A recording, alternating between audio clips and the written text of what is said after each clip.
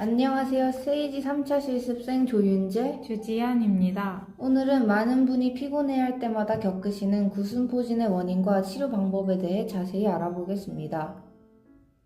헤르페스로 알려진 단순포진 바이러스는 통증을 동반한 물집이나 궤양을 일으키는 흔한 감염 질환입니다. 주로 피부 사이의 직접적인 접촉을 통해 전파되며 치료는 가능하지만 체내에서 바이러스를 완전히 없애는 완치는 어렵습니다. 헤르페스 바이러스에는 두 가지 유형이 있습니다. 그중 입술 주위에 병변을 만드는 구순포진의 원인 바이러스는 제1형으로 접촉을 통해 전파되며 신경절을 잠복하다가 면역력이 떨어질 때 재발합니다. 이 바이러스는 한 번 감염되면 3차 신경절에 평생 잠복하며 면역력이 저하되거나 자외선 노출, 스트레스 등의 자극을 받을 때 다시 활성화되어 신경을 타고 피부 표면으로 내려와 포진을 형성합니다. 오늘은 치료 시기를 놓치지 않고 흉터 없이 빠르게 낫는 법, 그리고 구순염 영양제로 유명한 라이신의 원리까지 간단하게 정리해 보겠습니다. 가장 먼저 구순포진의 단계별 증상을 알아보겠습니다. 구순포진은 증상에 따라 크게 4단계로 나뉩니다. 가장 첫 단계는 정국이로 아직 물집은 없지만 입술 주변이 화끈거리거나 가렵고 따끔거리는 시기입니다. 이때 연고 또는 경구 항바이러스제를 즉시 사용해야 치료 기간을 가장 많이 단축할 수 있습니다. 다음은 수포기입니다. 이 시기에는 입술에 좁쌀처럼 작은 물집들이 무리지어 나타나기 시작합니다.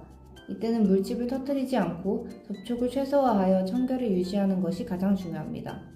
그 다음 단계인 밀환기 및 궤양기에는 가장 주의가 필요한 단계입니다. 물집이 터지면서 진물이 나고 피부가 허는데 이때 환부를 만진 손으로 눈을 비비면 바이러스가 옮겨가 안구 헤르페스를 유발할 수 있습니다. 또한 황색 포도상 귀금 같은 세균에 의한 2차 감염이 생기면 흉터가 남을 수 있으니 매우 주의해야 합니다. 마지막으로 회복기입니다. 이 시기는 딱지가 형성되며 아물어가는 단계로 딱지를 억지로 떼어내려 하지 말고 적절한 보습을 유지시켜 주셔야 합니다. 구순포진 치료제는 작용 방식에 따라 항바이러스제, 항염증제, 항균제 등으로 나뉩니다. 가장 먼저 설명해드릴 항바이러스 성분은 아시클로버입니다. 바이러스가 자신의 DNA를 복제할 때 아시클로버를 정상 재료로 착각하여 결합하게 함으로써 DNA 합성을 차단하고 증식을 막습니다. 특히 바이러스에 감염된 세포 내 효소에 더 특이적으로 활성화되므로 정상 세포에는 거의 영향을 주지 않고 선택적으로 작용합니다. 또 다른 항바이러스제인 발라시클로버는 아시클로버의 전구체 형태로 체내 흡수율을 3배에서 5배 높인 성분입니다. 복용 후 간에서 아시클로버로 전환되어 작용하며 적은 복용 횟수로도 강력한 효과를 냅니다. 펜시클로버 역시 아시클로버와 유사하게 DNA 복제를 방해하지만 세포 내에 머무르는 시간이 더 길어 효과가 장시간 지속되는 장점이 있습니다. 다음으로는 염증과 통증을 완화하는 항염증 성분에 대해 소개해드리겠습니다. 스테로이드 성분인 히드로콜티손은 구순포진 부위의 염증 반응과 부종, 가려움증을 억제합니다. 아시클로버와 함께 사용할 경우 면역 반응으로 인한 조직 손상을 줄여 궤양성 포진으로 진행되는 것을 방지하는 데 탁월한 효과를 보입니다. 다음은 티로트리신입니다. 티로트리신은 바이러스의 외막에 직접 결합하여 바이러스의 구조를 물리적으로 파괴함과 동시에 황색 포도당 무균 등의 세균 증식을 막는 항생 효과도 가집니다. 이러한 추가적인 항생 효과는 물집이 터진 후 발생할 수 있는 2차 세균 감염을 예방하는 데 효과적입니다. 마지막으로 소개해드릴 성분은 주로 건강식품으로 알고 계시는 L-라이신입니다. 필수 아미노산인 라이신은 바이러스 복제에 꼭 필요한 아미노산인 아르기닌의 흡수와 활성을 경쟁적으로 방해합니다. 즉 아르기닌과 유사한 구조를 갖는 L-라이신이 바이러스에 대신 흡수되어 바이러스가 복제 원료를 제대로 확보하지 못하게 함에 따라 바이러스의 증식을 방해하는 것입니다. 포진의 증상 단계에 따른 약물 선택을 살펴보도록 하겠습니다.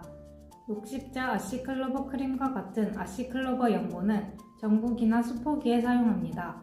4시간 간격으로 하루 5회 5일간 발라 바이러스 증식을 억제합니다. 헤리엔토 크림과 같은 아시클로버와 히드로콜티손이 포함된 복합 연고는 항바이러스와 항염작용을 동시에 가짐에 따라 궤양성으로 진행되는 것을 막아주어 재발성 구순포진 초기에 매우 효과적입니다. 아시클로버 크림과 마찬가지로 1일 5회 5일간 발라줍니다. 마지막으로 도다나겔과 같은 티로트리신 겔은 이미 물집이 터졌을 때 사용하는 것이 효과적입니다.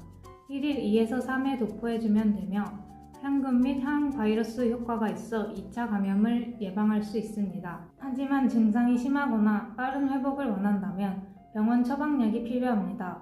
대표적인 약물인 발트란정은 1회 2000mg을 12시간 간격으로 하루 복용합니다.